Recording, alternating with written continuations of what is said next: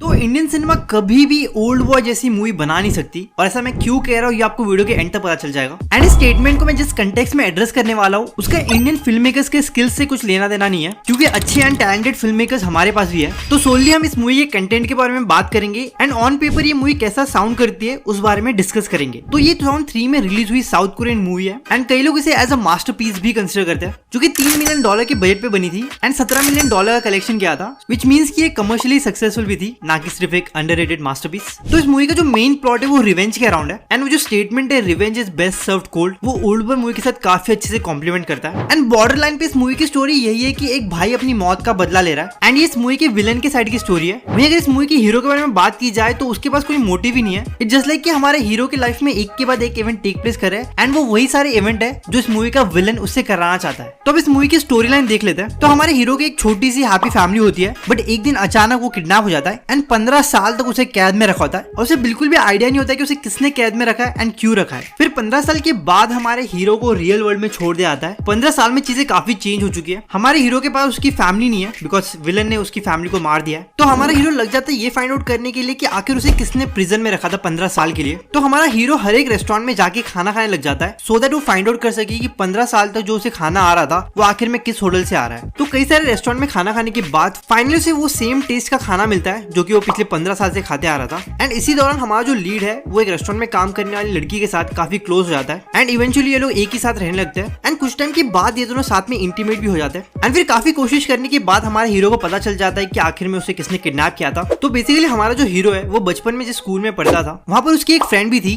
And एक दिन जब ये दोनों इंटीमेट हो रहे थे इस लड़की के भाई ने इन दोनों को देख लिया था। और प्रॉब्लम यहाँ पर क्रिएट नहीं हुई थी कि इस लड़की के भाई ने इन दोनों को इंटीमेट होते हुए देख लिया था, बट जब बचपन में हमारा हीरो अपने शहर को छोड़ के दूसरे शहर जा रहा था तब हमारा हीरो अपने दोस्त को बताता है कि वो उस लड़की के साथ इंटीमेट हुआ था एंड उसे कहता है कि ये बात किसी को मत बताना। बट हमारे हीरो के गांव को छोड़ के जाने के बाद ये बात पूरे गांव में फैल गई थी। ऑब्वियसली हमारे हीरो के फ्रेंड ने इस बात को लीक की थी और उसके बाद से हर कोई उस लड़की की बदनामी करने लगा था एंड बहुत ज्यादा बुरा भला बोलने लगे थे। एंड ये चीज इतनी ज्यादा बढ़ चुकी थी कि ये लड़की उस चीज को हैंडल नहीं कर पाई एंड वो सुसाइड करती है अपने भाई के सामने। एंड ये चीज उस लड़की के भाई के दिमाग में बैठ गई थी कि वो अपनी बहन को बचा नहीं पाया एंड तभी से वो डिसाइड करता है कि वो हमारे हीरो से इस चीज का बदला लेगा। अब यहाँ तक तो ये मूवी काफी नॉर्मली साउंड कर रही है, तो मुझे ऐसा फील हुआ कि इस फिल्म को लोग फिर इतना क्यों हाइप अप करे कि ये मास्टरपीस है एंड ऑल। एंड इस फिल्म को देखने से पहले मैंने इस फिल्म के बारे में काफी सुना था कि one of the best Korean film है एंड जब भी कोई टॉप 10 कोरियन फिल्म्स रिकमेंड करता था तो उनकी लिस्ट में ओल्ड वॉर मूवी डेफिनेटली होती थी। एंड फिर एनिमल मूवी के टाइम पे भी काफी कंपैरिजन किया गया कि वो जो कॉरिडोर वाला फाइट सीन है वो ओल्ड वॉर मूवी से कॉपी किया है।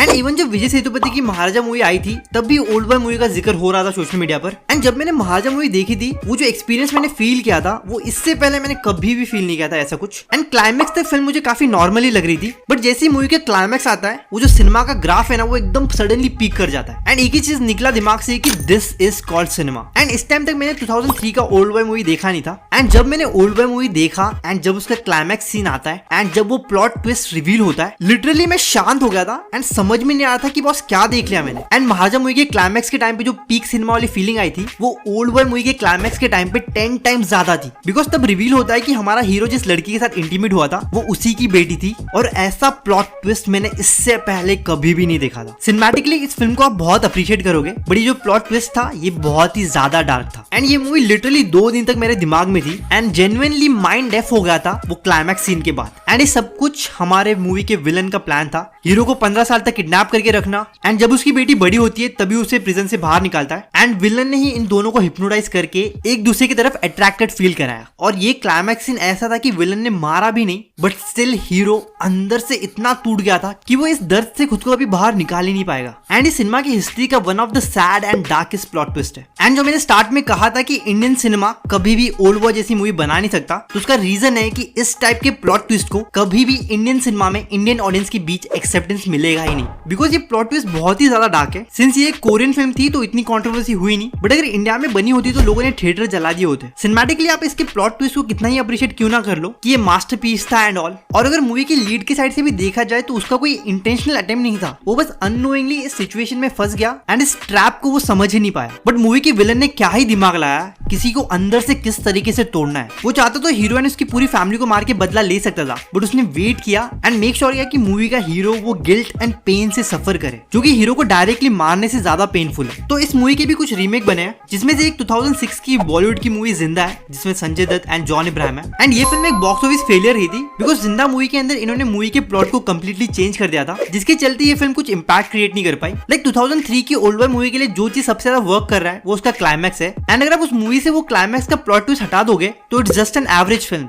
एंड अच्छा हुआ जिंदा मूवी के मेकर्स ने उस प्लॉट ट्विस्ट को चेंज कर दिया, बिकॉज अगर वो ऐसा सेम प्लॉट रखते बहुत ही ज्यादा आउटरीच देखने मिलता लोगों की साइड से। बिकॉज इंडियन ऑडियंस के बीच में देयर इज अ सर्टेन दायरा, अगर आप उसको क्रॉस करते हो तो आपको आउटरीच डेफिनेटली देखने मिलेगा, जो कि मैं करंटली देखने मिल रहा है समय रैना के शो इंडियाज गॉट टैलेंट को लेकर, क्योंकि उस शो के अंदर भी काफी डार्क कमेंट्स पास किए जाते हैं। एंड उसमें भी काफी सारे कमेंट्स फनी होते हैं, बट कुछ बहुत ही ज्यादा बिलो द बेल्ट होता है। एंड वैसे ही एक below the belt comment Ranveer Allahbadia ने पास किया था।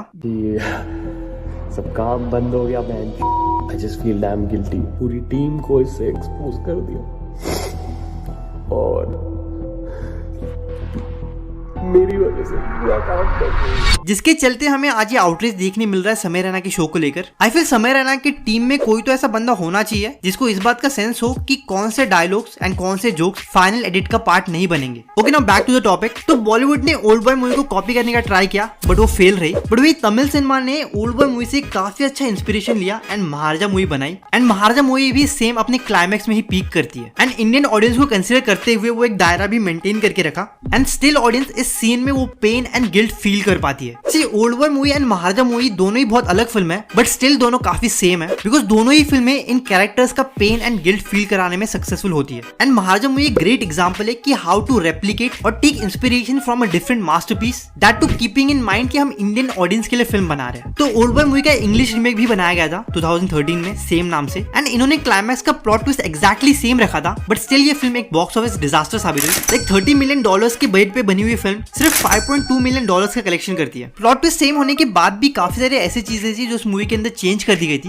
लाइक ये लोग एक स्टेप और आगे चले गए थे, इन्होंने विलन के साइड की फैमिली में इंचेस्ट को नॉर्मलाइज कर दिया गया था। It's very normal in their family, and ये लोग ये चीज करते हैं। एंड जब मेन लीड ने विलन के फादर एंड सिस्टर को ये चीज करते हुए देख लिया था, उसके बाद ये बात कैंपस में फैल गई। एंड फिर विलन के डैड ने घर की इज्जत बचाने के लिए अपने सारे फैमिली मेंबर्स को खुद ही मार दिया, एंड फिर खुद भी मर जाता है, बट समहाउ हमारा विलन बच जाता है। एंड फिर हमारा विलन हीरो से बदला लेता है उस चीज का। तो इन चारों मूवी की कंपैरिजन में महाराजा इकलौते ऐसी मूवी है जो कि सिनेमैटिकली एक मास्टरपीस भी है एंड इंडियन ऑडियंस के हिसाब से एक्सेप्टेबल भी है। एंड उन्होंने बहुत ही मैच्योरिटी के साथ मूवी का स्क्रीन प्ले एंड क्लाइमैक्स को लिखा है। तो महाराजा मूवी 20 करोड़ के बजट पे बनी थी एंड 190 करोड़ का कलेक्शन करती है। तो ओल्ड बॉय मूवी के क्लाइमैक्स के अलावा एक और ऐसा सीन है जो कि मेरे दिमाग में रह गया था, एंड ये सीन बेसिकली पाताल लोक वेब सीरीज का है। बेसिकली जो MCBC अब्यूसिव वर्ड यूज करते हैं, तो पाताल लोक का ये कैरेक्टर उस चीज को थोड़ा ज्यादा सीरियस ले लेता है। एंड ये चीज जब हो रही थी तो उसका पति एंड ससुर वहीं पे बैठे रहते एंड कुछ करते नहीं है। लाइक मूवीज में कुछ सीन होते हैं माइंड एफ वाले, ये उन्हीं सीन में से एक है। So that's all for the video. तो ये थे वो रीजन जिसके चलते इंडियन सिनेमा कभी भी ओल्ड बॉय जैसी मूवी बना नहीं सकती, बिकॉज इंडियन ऑडियंस के बीच में उस टाइप की फिल्म के लिए एक्सेप्टेंस नहीं है एंड होना भी नहीं चाहिए।